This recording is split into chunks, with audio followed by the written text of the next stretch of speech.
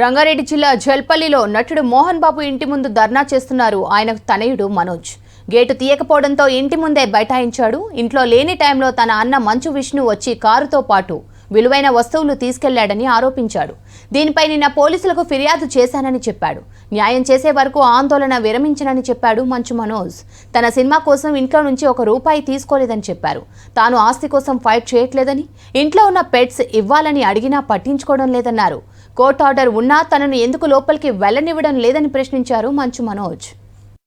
CM Revanth Reddy గారిని, బట్టి విక్రమార్క గారిని, ప్రతి ఒక్కరిని, లీడర్స్ని, పోలీస్ డిపార్ట్మెంట్ని, కోర్టుల్ని, కలెక్టరేట్ని, హ్యూమన్ రైట్స్ని, ఇది అన్యాయం అండి. కోర్టు ఆర్డర్లతో వచ్చినా కూడా అలో చేయట్లేదు. గొడవ జరగలేదు, నా ఇంటికి వెళ్తుంటే నన్ను అలో చేయట్లేదు. దీనికి పరిష్కారం ఏంటో చెప్పండి సార్, నాకు అంతే అడుగుతున్నాను. నాకు సిఏ గారు, ఏసీపీ గారు నన్ను ఎందుకు ఈరోజు అలో చేయలేదని మాత్రం నాకు ఒక లెటర్ ఇస్తే నేను వెళ్ళి జడ్జికి పెట్టుకుంటాను సార్.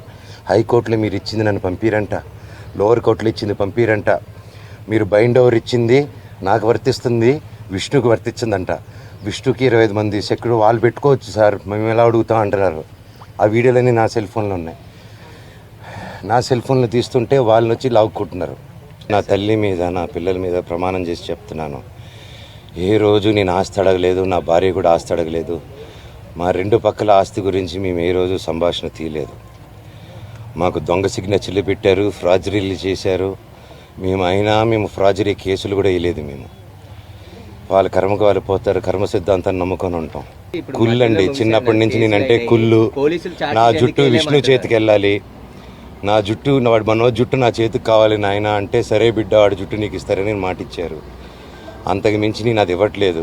క్యాంపస్ అడిగాను, చేసే మనీ స్విండలింగ్ గురించి అడిగాను, ఆ డబ్బు విష్ణు చేసే దొంగతనాల గురించి అడిగాను, పిల్లల దగ్గర దోచుకునే దాని గురించి అడిగాను, లోకల్ ప్రజలను దోచుకునేది అడిగాను, ప్రూఫ్లు హ్యాండ్ ఓవర్ చేశాను, అన్నీ చేస్తాను. దయచేసి నన్ను ఎందుకు మాట్లాడే స్కోప్ ఇవ్వట్లేదు, కోర్టు ఆర్డర్ నన్ను ఎందుకు అలో చేయట్లేదు అడగండి.